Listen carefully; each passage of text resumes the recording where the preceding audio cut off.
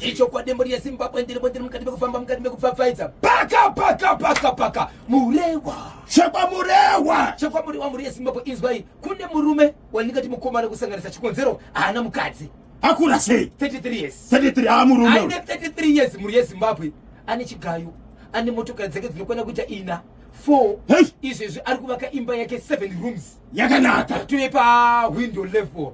Ati munhu uyu haana mukadzi, anogara muimba yake iri nani, apa rotovaka imwe imba anogara ari 1. Hapana zuva ravanoti vanhu vakamboona mumba make muchipinda girlfriend kana musikana wanodanana naye, but anogara ari 1. But mukufamba kwaita vanhu pane kupomerana nekutaurana kuti hei, zviri kuitika mumurudzi mwedu muka hatisi kunzwisa chikonzero, vanhu kudzingwa mabasa, vakadzi vachirambwa kumudzimba dzavo vachidzoka, kungoifa kusinganzwisisika. Vanhu vakazoti rimwe zuva mukomana uyu akatenga motokari yake chi4 vari pamhemberero yekupemberera, vanhu vachibva vanzi kune mwana angaenda kumvura achibva adonha nemugomo wemvura, ndobva adonha kudaro, vanhu mwana achibva atofa. Afa kudaro zvikanzi mwana uyu muridzi wemwana achibva ati kuvabereki veukama vese, uyai kuno kupinda wemboma. Kufunga kwenyu mwana ushu tingati kufenderoku, vanhu vani mwana atondera mwana atozvikanzi tisatienda kure, imimi veukama zivai chete kuti mwana wangu aita sei, afa ari murume, but imbomirei kuchenga panapa. Ndobva amhanya, ndobva anouya nemunhu, auya nemunhu zvikanzi nyembatsiri mubatsiri tinoda kuti matare, but bvisai mari yechi yematare.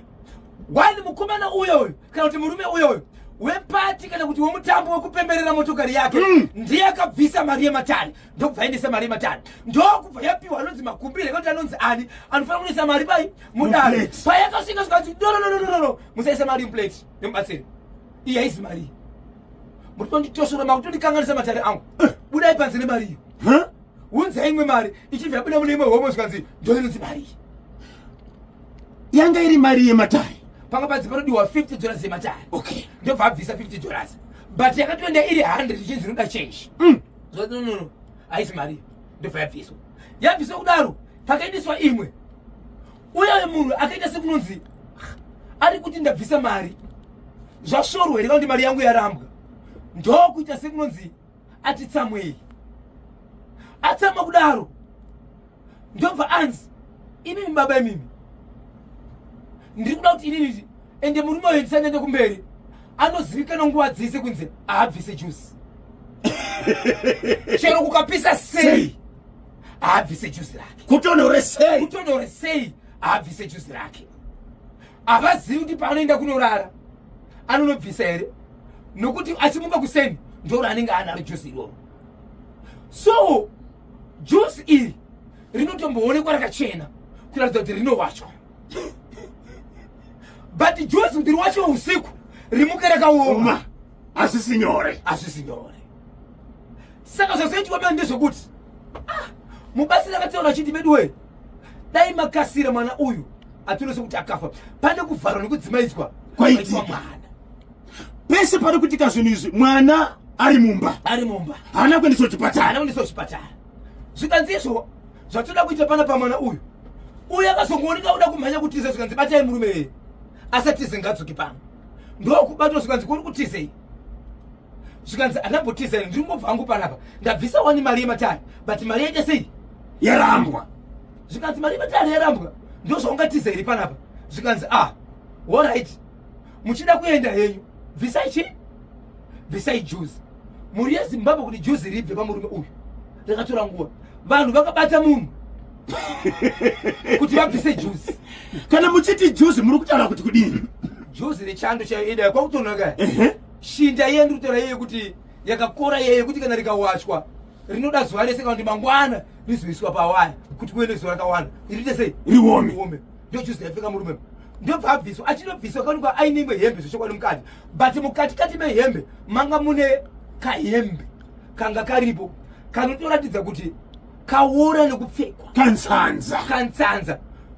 Mupendero wehembe nepanojoina nahembe panenge pakasimba, ndomoga manga masara makasimba, kana kuti sekumusana uku kwakusitorina chinhu, but hembe yakatozooneka kuti hembe iyi ihembe yaakagoverwa parufu rwomumwe munhu atofanira 2 years afa mufamily mavo.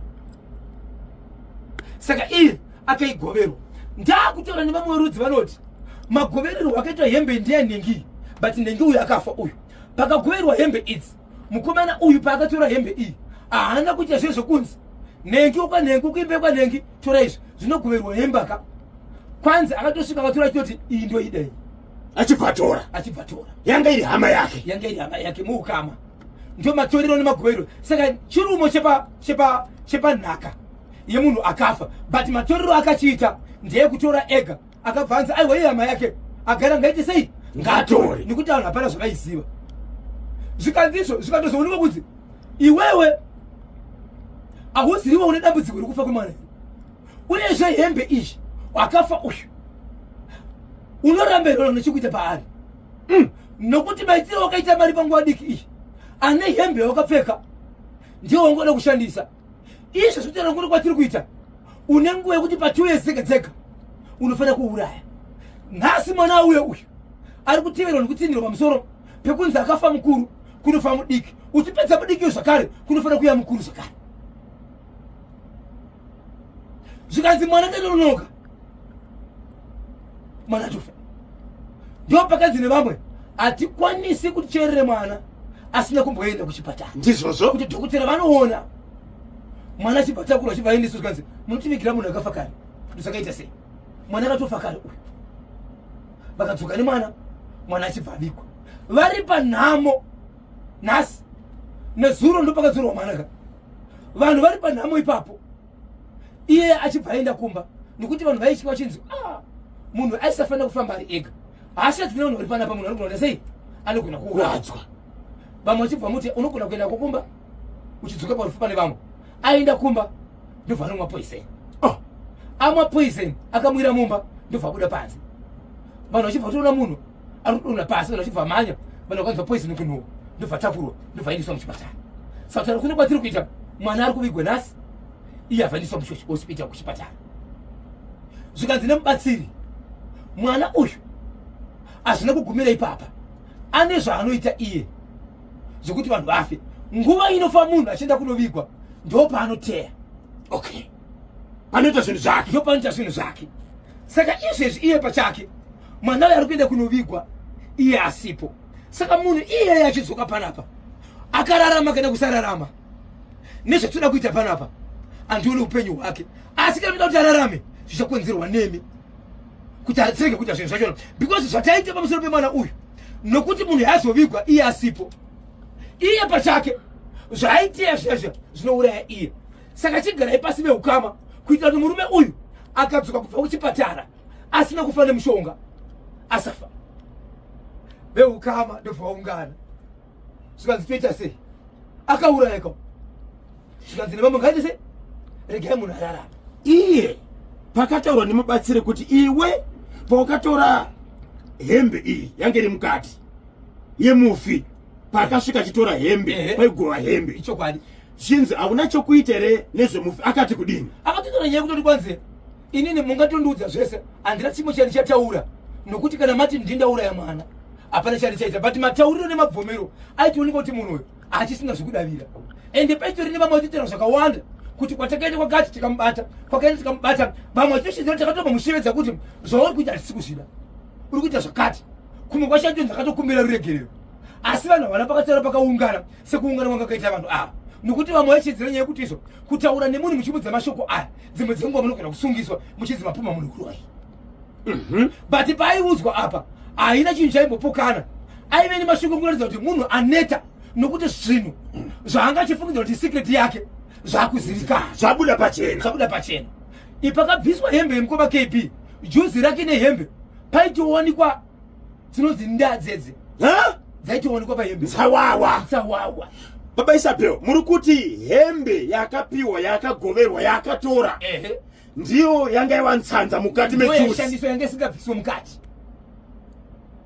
Ndobainzi hauna here chekuita pamusoro pemunhu uyu ane hembe ishi.